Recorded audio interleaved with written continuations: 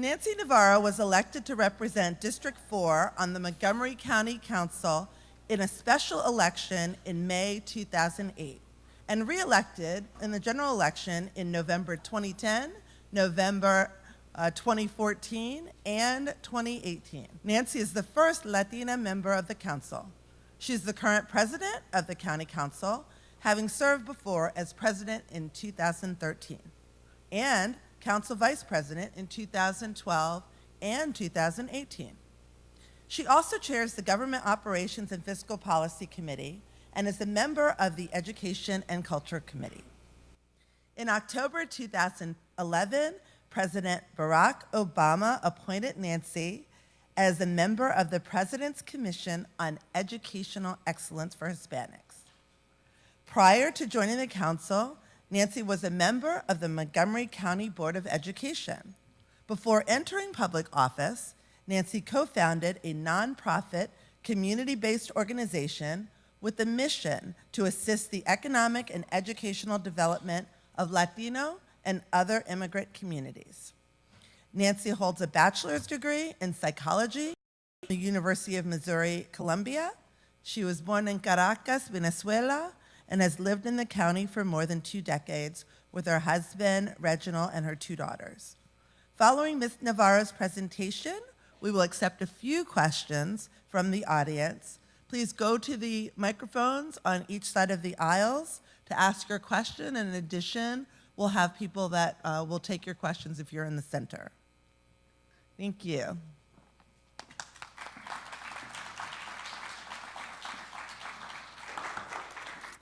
Well, good morning.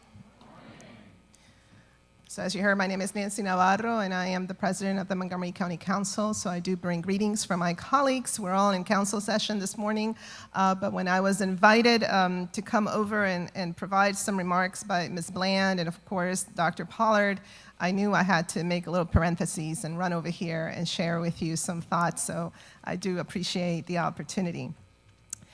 Let me just start by saying that it is my belief that addressing issues of racial equity and social justice are truly a must if we are to ensure the continued socioeconomic vitality of our county. This is an issue that is very personal for me. We hear time and time again that this is a county that embraces diversity, and we celebrate this quite often. And nonetheless, every time you look at data, you continue to see reflected all these particular disparities, and those types of disparities continue to persist, right? So we look at issues of course, access to education and education achievement. We look at employment opportunities. We look at health. We look at housing, transportation, et cetera, et cetera. And inevitably, every time you do a deep analysis, you realize that there are disparities and inequities that continue to persist. And this is truth across race, ethnicity, income levels, gender, English language proficiency, et cetera. And so as I alluded to it earlier, for me this has been an issue of great interest for a very long time. I happened to come to the United States when I was 10 years old with my parents and my younger siblings, so my father could pursue some graduate work at the University of Missouri, Rolla. Very small town in the Midwest. And at that time, for me, this was kind of like a magical journey because I was so intrigued by this language that these children were, speaking that sounded to me like this wishy-washy, yes, wish-wash-wash type thing. And so I would always emulate that. And when my father made this proposal to the family and my mom thought he had lost his mind because we had to sell our home and everything, I jumped at that opportunity, readily and willing to do this. And so we came to Rolla, Missouri, and at that time they didn't have ESOL because they had never had any student at the Benton Elementary School that didn't speak English. So I was placed in speech therapy. And that lasted a little while, but since I was so obsessed with learning English, I really immersed myself completely. So, I would read the Highlights magazine up and down. I would watch the Soul Train religiously every Saturday. I would practice the moves while I tried to learn the lyrics to the songs. I did everything in my power to the point that in 6 months, I went by and then I became a champion for the spelling bee for Benton Elementary School, which was really, truly cool. And so that really began this real sort of, love for exploring other cultures and other ways of being. And it also began to put into focus some interesting issues that were obviously happening in the United States in 1975, because we were here from 1975 to 1977. But as a kid, of course, for me, it was not really front and center. And so issues of, civil rights struggles and fight for civil rights, et cetera, did kind of escape me a bit because specifically my family in Venezuela, and there's a meme that went around that I find so cute. It's a Puerto Rican family, and you literally have like a blonde, blue-eyed cousin, a black cousin, a curly-haired, olive-skinned cousin. It says these are all members of my family, although none of us look alike. That really is a reflection of my own family where, my grandmother is black, my grandfather was white from Spain, my mother is half, Native American and half Spanish, and so all of that mixing has really resulted in a Venezuela, the one that I knew, that was extraordinarily diverse. And so issues of disparities were really attached to class, but not so much to what you look like, because it was kind of hard to put you in a box. So I share that because when I came back as a student in 1983, when my father and mom gave me permission to come to the University of Missouri-Columbia, even though I wanted to go to California or New York, where I had heard Studio 54 may reopen, I said, fine, I'll go to Columbia, Missouri, but maybe I'll transfer later on. But I ended up really liking it there because there were so many students from so many parts of the world that I had this extraordinary experience of literally learning so much from other cultures as we would host, parties in our townhome, and we had this map of the world, and people were supposed to put a little dot, and it was just peppered. It was really cool. But then I started really kind of focusing on a lot of other issues, mainly things like divestment from South Africa during the time of apartheid, which was my very first political experience. And with students, we actually built a shanty town in front of the green area of the administration. But because I was on a student visa, I tried to be kind of in the background, so I would do the copying and things like that. It just started to open up my mind to a very different socio-political world. And then destiny is really interesting because I ended up graduating, and then I ended up having an opportunity to work in my field, and my mom and my dad were in the process of getting a divorce, and so my mom would say, hold off, and I kept saying, okay, well, I'm gonna work in a couple more years, but my plan was never really to stay in the United States. It was truly to gain some experience and then go back to Venezuela to provide some of those contributions that I had learned here. But it didn't happen that way, and I came to the DC region, an area that I had visited in the past, and I literally said, if I were to ever stay in the United States and raise a family, in the weird chance that might happen, it would have to be the DC region because of its extraordinary diversity, right? After living in Missouri for so long, I would come here to visit, and it was just like, wow, this is amazing, this is awesome, right? I could go to Adams Morgan and buy salsa cassettes. I could go to the African Museum of Art in the Smithsonian. It was just incredible that you had all these opportunities. So, sometimes you put things in the universe, and I came to the DC region to try to get a little bit more work experience before going back to Venezuela. I met my husband, who's Haitian American, and we decided to settle here in the DC region, obviously. When we were gonna have our first child, we decided to move to Montgomery County, as many people do. So then I had this task of raising this, Haitian, Venezuelan, American, Afro-Latina, however you want to label it, because there's so many great labels. But I had that task of raising this child now in the United States, and it was an incredible it was an incredible task, right? Because how do you do that? Like, how do I, not just me, my husband as well, of course, but how do we infuse as much confidence, as much love for exploring, for really venturing out to this gorgeous little Afro-Latina little girl, knowing that, you know, when she entered Rock Creek Forest for the Spanish immersion program, we won that lottery. My husband had applied to the French program, but we got into the Spanish program, which was great. But she walks in there, and she's literally, you know, the only Black kid.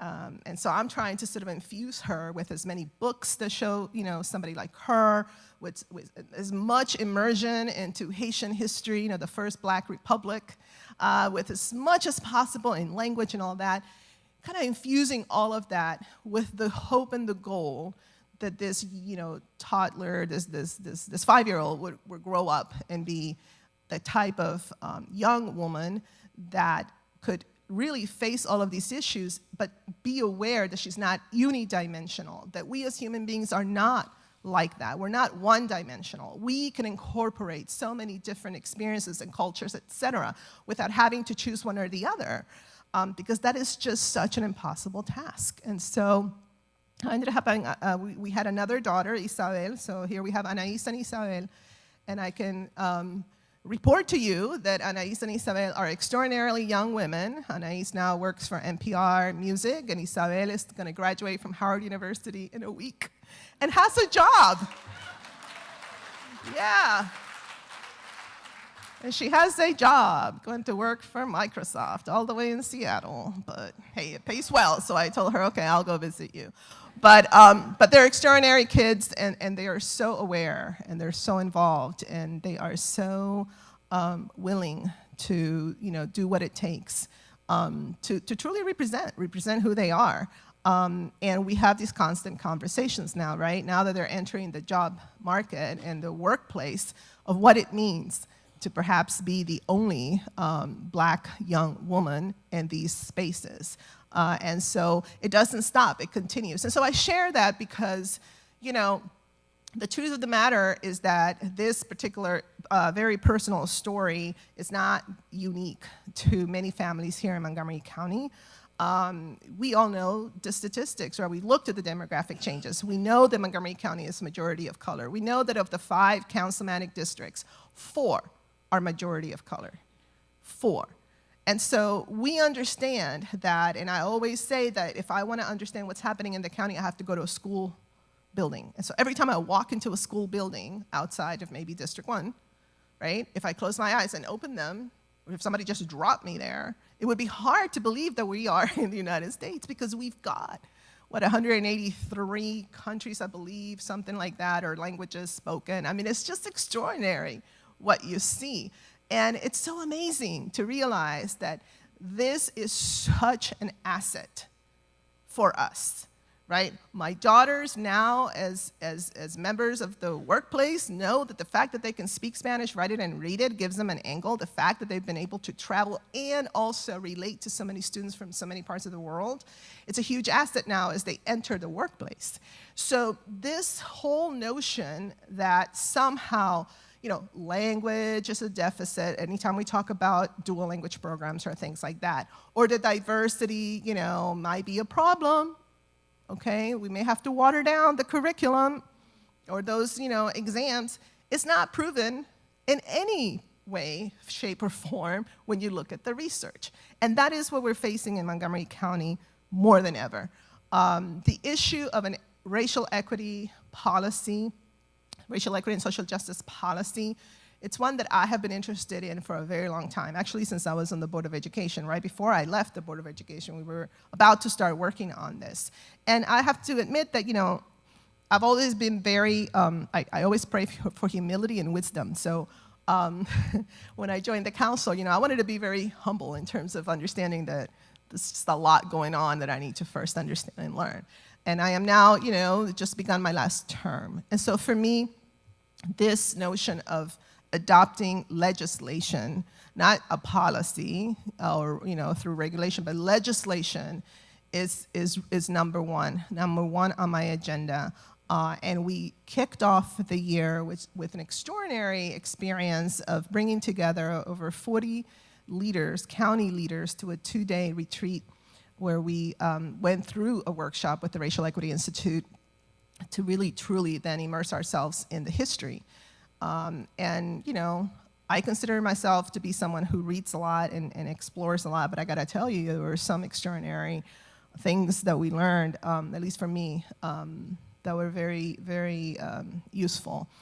And so we kicked off the year with this. County Executive Elrich, who you will hear from very soon, you know, we met before he was even inaugurated to say, look, we gotta work collaboratively on this issue. And so we are doing that because obviously, as you know, people may have differences in different branches of government, but what our residents expect is for us to work collaboratively to be able to maximize our impact and our results. So we are working collaboratively on this.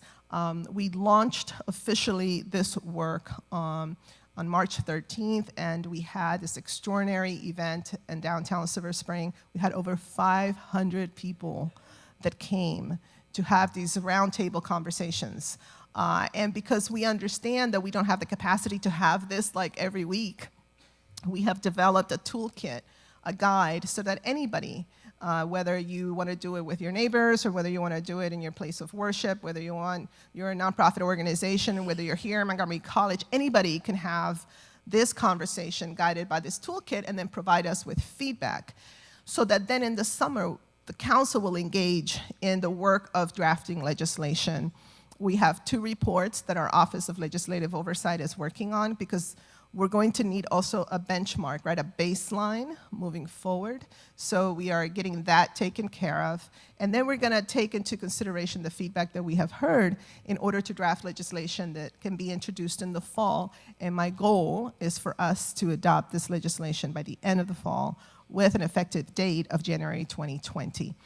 And what does this do? Well, this will do, this is not the panacea, right? This is not like, oh, we adopted legislation, it's over. Now we're such an equitable county, yay for us. This is the beginning of dismantling, hundreds of years of structural, institutionalized racism. I mean, that's really what it is. It is going to be patient work because the goal is that, county leadership, if you're going to propose legislation, if you're going to adopt a budget, if you are going to propose a program, then you have to be able, just like we have fiscal notes, for example, we need to be able to evaluate this particular decision through this lens as well. Because we're all very well-meaning, and there are so many initiatives and so many programs that we have adopted and funded throughout the years. But why are those disparities still persistent? It's a question that we have to ask ourselves. And so I think that a lot of it has to do with the fact that unless you have, elected officials who really care about these issues, then some of these areas are going to be addressed, but not in a structural and strategic fashion. But this should not depend on who's in office. This should be mandatory in terms of how we do our work. Just like we have processes in place for many other things that we do, this should be part of that as well. And that way we can make informed decisions and know that anytime we make any kind of important decision that is going to have an impact in our community, that it doesn't exacerbate these disparities, that it closes and it eliminates them.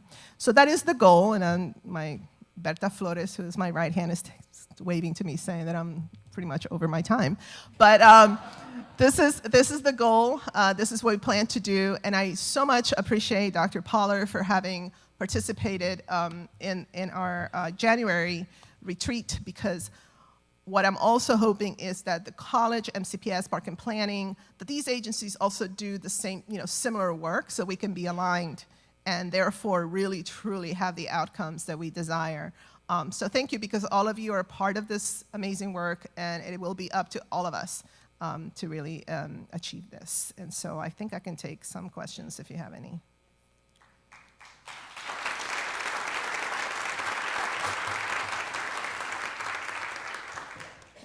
I'm Emily Rosado. Hi. Hi. I'm a faculty here. And I'm sure you're aware that members of minority groups are less likely to seek treatment for mental health issues. And I see it in my own students who are themselves willing to talk about it, but who aren't getting a lot of support from their parents and families. So I was wondering how you envision reaching out to those groups. Great. So I think that, if we're going to talk about the structural nature of this work, ideally then what would happen is that as we entertain either budget requests or as we work through our oversight functions, let's say in the HHS committee, then these would be the type of issues that we can look at the numbers, the data, and then be able to say, okay, we have a gap here, and it's not just about putting the money for mental health, but what are we doing to ensure that this is culturally proficient, that it is, that when students are going to try to access these type of treatment, that the people who are there are people that they can relate to, because there is a stigma, I know, in many of our communities of color. So this issue of cultural proficiency is really key. And if we keep hearing we don't have enough therapists, for example, of color, then what are we doing specifically to have an initiative that grows our own, that attracts our own, that incentivizes that, right? So we talk about that, and we have made some progress, but my point is that without a structural way of pushing this forward and continuing to do it, we may not be able to fill that need anytime soon. So that's the goal. Nancy, gracias for being here. I'm Gloria Aparicio Blackwell. I'm part of the Board of Trustees. Those initiatives are amazing. It's important, and I'm glad that we're having those conversations. But it takes funding. And it takes funding from K through 12 to 20. So I urge you the importance of keeping K through 12, Montgomery College, in your forefront. So if we wanted to build this as a seed, planting the seed, this is the way to do it, investing in education. I know we have a lot of challenges, economic development, but education is the key. So I'm here rooting for you, supporting you, endorsing you, but at the same time, I'm endorsing education. Muchas gracias, paisana. Yeah, viva Venezuela. Viva Venezuela y Guaidó. Thank you. I appreciate that comment because, Gloria, it is all about funding, but it's about being strategic with that funding. And I am so mindful that, we don't have trees growing in our backyard with dollars falling out of them. I'm so mindful of that, which is why these types of structural ways of evaluating our investment is so important. Because right now, like I said earlier, we're just well-intentioned, right? Every year we're investing in these areas, but we don't have the backdrop, nor do we have the data necessarily to be very strategic. So taxpayers should endorse this because it is a guide map to ensure that we are actually very much focused on where we need to invest so we can get the best return. But education is obviously huge, and everybody I talk to outside of Montgomery County, and I talk to them about how much we spend in education, they all kind of go, that's amazing. Oh, and by the way, your students are amazing. The ones that came to speak to me and met with us in the council, incredible. So congratulations.